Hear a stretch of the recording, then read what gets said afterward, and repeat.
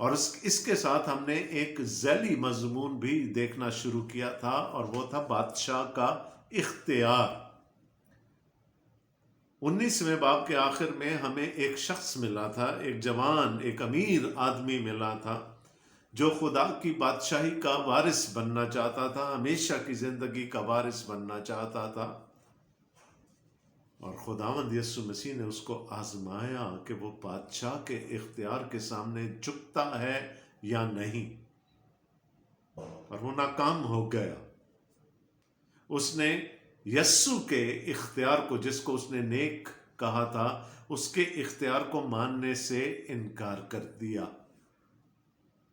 تو ایک طرف بادشاہ ہے، دوسری طرف اس کا اختیار ہے، اور اختیار لامحدود ہے۔ وہ جس طرح سے چاہے اپنے اختیار کو ایکسرسائز کر سکتا ہے، اس پر کوئی قدغن نہیں ہے۔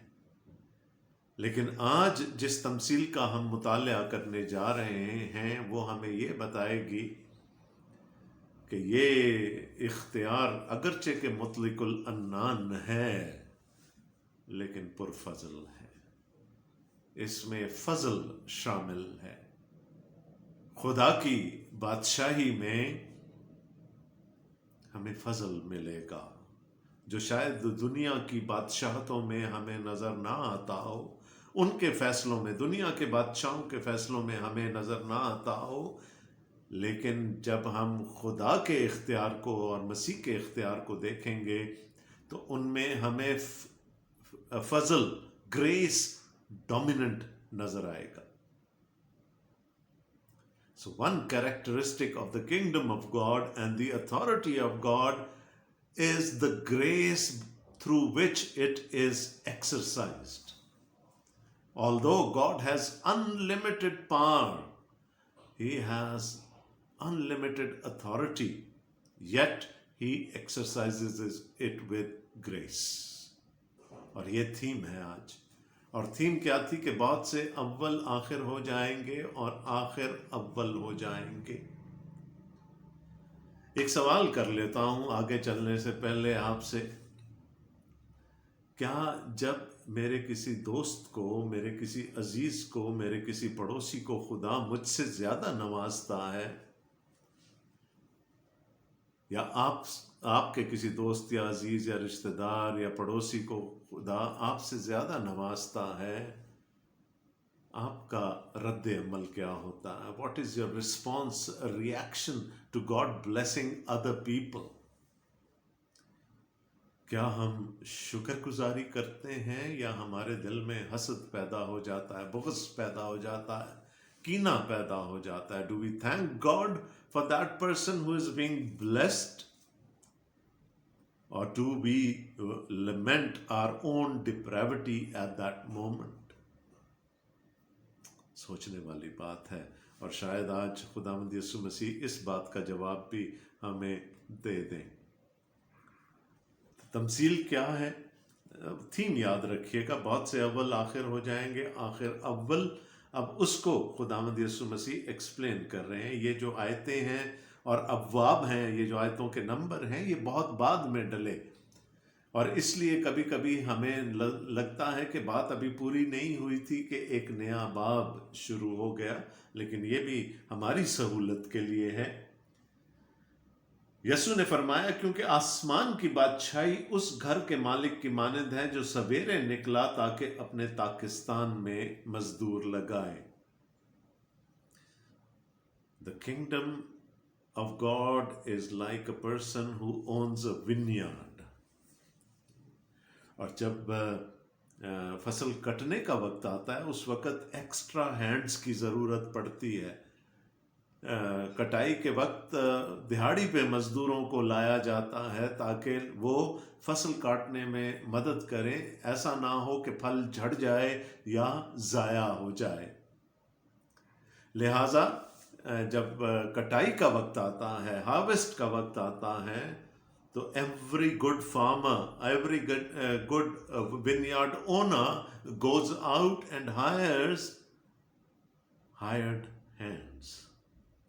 اور اس نے بھی یہی کیا۔ غالباً فصل کٹنے کا وقت ہے، انگور کی فصل کٹنے کا وقت ہے تو وہ نکلا تاکہ اپنے تاکستان میں مزدور لگائے، اور اس نے مزدوروں سے 1 دینار روز ٹھہرا کر انہیں اپنے تاکستان میں بھیج دیا۔ اس بات پہ ہم پہلے بھی بحث کر چکے ہیں کہ اس وقت ایک دہاڑی دار مزدور کی تنخواہ،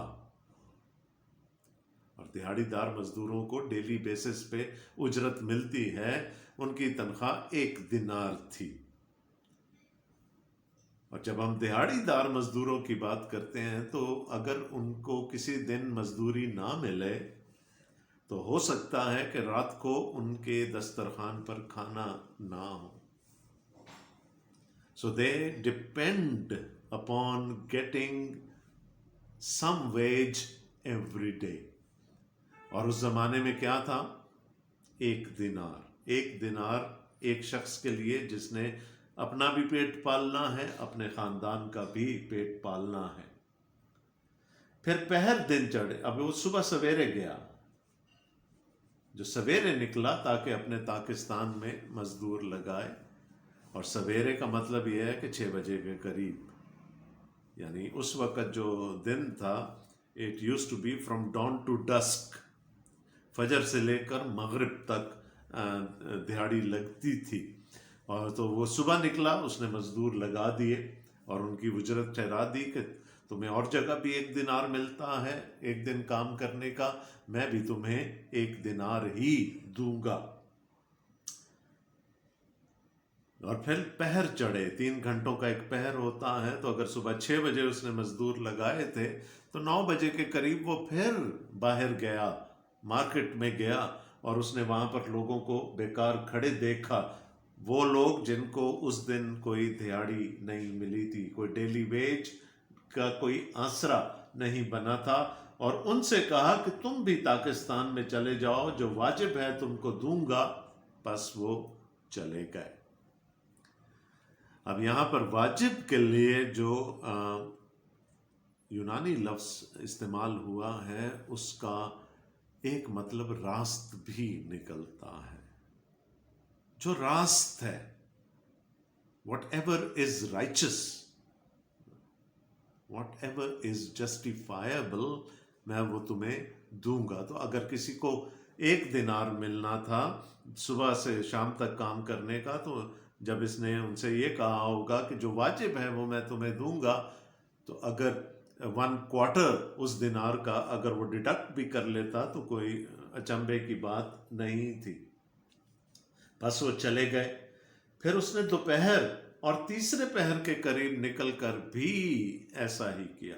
ایک ایک پہر گزرتا چلا جا رہا ہے، پہلے پہر میں مزدور لگائے، اس کے بعد 9 بجے کے قریب ایڈ کر دیا، اس کے بعد وہ پھر نکلا دوپہر میں اور تیسرے پہر کے قریب نکل کر اس نے ویسا ہی کیا، یعنی he kept on adding laborers، مزدوروں کو ایڈ کرتا رہا، جیسے جیسے دن گزرتا چلا جا رہا ہے وہ مزید مزدوروں کو، اور وجہ کیا ہے؟ وجہ یہ ہے کہ وہ ابھی تک بیکار بیٹھے ہوئے ہیں وہاں پر، ان کو کام نہیں ملا، دہاڑی نہیں ملی۔ تو ریزن کیا ہے؟ پروبیبلی شاید اس کو لوگوں کی ضرورت نہیں ہے، اب جتنے اس کو چاہیے تھے وہ صبح رکھ چکا، لیکن اس کو ترس آیا ہے ان لوگوں پر کہ اگر شاید جن کو مزدوری نہیں ملے گی تو اس کے بچوں کو بھوکا سونا پڑے، اس کو ترس آیا اور ان کو بھی اس نے اپنے پاکستان میں بھیج دیا۔ اور کوئی 1 گھنٹہ دن رہے پھر نکل کر اوروں کو کھڑے پایا اور ان سے کہا تم کیوں یہاں تمام دن بیکار کھڑے رہے؟ میں نے آپ کو کہا تھا the working day in those times used to be 4 پہر، یعنی 12 گھنٹے کا ورکنگ ڈے ہوتا تھا۔ اب 6 بجے مزدور لگائے، 9 بجے مزدور لگائے، 12 بجے مزدور لگائے، 3 بجے مزدور لگائے، اب 5 بج گئے ہیں، 1 گھنٹہ رہ گیا۔ And he goes again into the market، اور وہاں پر اب بھی اس کو کچھ لوگ ایسے ملے جن کو اس دن کام نہیں ملا تھا، اور اس نے ان کو بھی کہا کہ تم بھی میرے تاکستان میں چلے جاؤ. تو ان کے لیے خوشی کی بات تھی کہ چلو 1 دینار نہ صحیح ہمیں کچھ تو مل جائے گا. اگر 1 گھنٹے کی اجرت بھی ملے گی تو تقریباً 8 جو بھی اس کا ڈینومینیشن ہوتی ہوگی وہ تو مل جائیں گے. اگر میں اس طرح کہوں کہ 100 روپے تھی اجرت 1 دن کے کام کرنے کی، تو ان کو یہ تسلی ہوئی ہوگی کہ چلو 8.5 روپے 1 گھنٹہ کام کرنے کے تو مل جائیں گے. اور اس نے انہیں اپنے تاکستان میں بھیج دیا. جب شام ہوئی تو تاکستان کے مالک نے اپنے کارندہ سے کہا کہ مزدوروں کو بلا اور پچھلوں سے لے کر پہلوں تک ان کی مزدوری دے دے. Now comes the pay time. In the evening, when they have finished their work, تو ونیارڈ کے جو اونر تھا اس نے اپنے جو بھی منشی تھا یا جو بھی تھا اس کو کہا کہ اب سب کو بلا، لیکن جو بعد میں آئے ہیں انہیں پہلے اجرت دینا، اور جو پہلے آئے تھے ان کو بعد میں اجرت دینا. جب وہ آئے جو گھنٹہ بھر دن رہے لگائے گئے تھے تو ان کو 1 دینار ملا. Were they expecting that? ان کو تو یہ کہا گیا تھا کہ جو بھی justifiable ہوگا, whatever is righteous, I will pay you. So they wouldn't have expected to get the whole day's wage for working 1 hour. ان کی توقع نہیں ہوگی, اور جب ان کو ملا وہ 1 دینار تو یقیناً ان کے چہرے پر خوشی کے تاثرات ہوں گے. اور اس طرح ہر ایک کو, چاہے وہ تیسرے پہر آیا تھا, دوپہر میں آیا تھا یا پہلے پہر آیا تھا, سب کو 1 دینار دے دیا گیا. جب پہلے مزدور آئے تو انہوں نے یہ سمجھا کہ ہم کو زیادہ ملے گا, اور ان کو بھی 1 دینار ملا. Now this is strange. ان کے ساتھ صبح ایگریمنٹ ہو چکا ہے کہ تم کو 1 دینار ملے گا. اب جب انہوں نے یہ دیکھا کہ جنہوں نے 3 گھنٹے یا 6 گھنٹے یا 1 گھنٹہ فصل میں کام کیا ہے, پاکستان میں کام کیا ہے, ان کو 1 دینار ملا ہے, تو یقیناً ہم کو تو زیادہ ملے گا, کیونکہ ہم نے صبح سے شام تک محنت کی ہے, بوجھ اٹھایا. اس کو وہ بوجھ کہتے ہیں, دھوپ صحیح ہے, بوجھ اٹھایا. اب یہاں پر یہ دیکھیں کہ انہوں نے اپنی سمجھ کے مطابق, nobody told them that, اپنی سمجھ کے مطابق ایک قانون بنا لیا اپنے ذہن میں. کیونکہ یہاں جو لفظ استعمال ہوا ہے سمجھنے کے لیے, سوچنے کے لیے, وہ وہی ہے جو شریعت کے لیے بھی استعمال ہوتا. انہوں نے اپنے ذہن میں اپنی شریعت بنا لی کہ چونکہ جو بعد میں آئے ہیں ان کو 1 دینار ملا ہے, تو ہمارا حق تو زیادہ ہے, ہمیں زیادہ ملے گا. And this is dangerous. This is very, very dangerous. ہم بھی کئی دفعہ خدا کے کلام سے اپنے لیے اپنی شریعت بنا لیتے ہیں.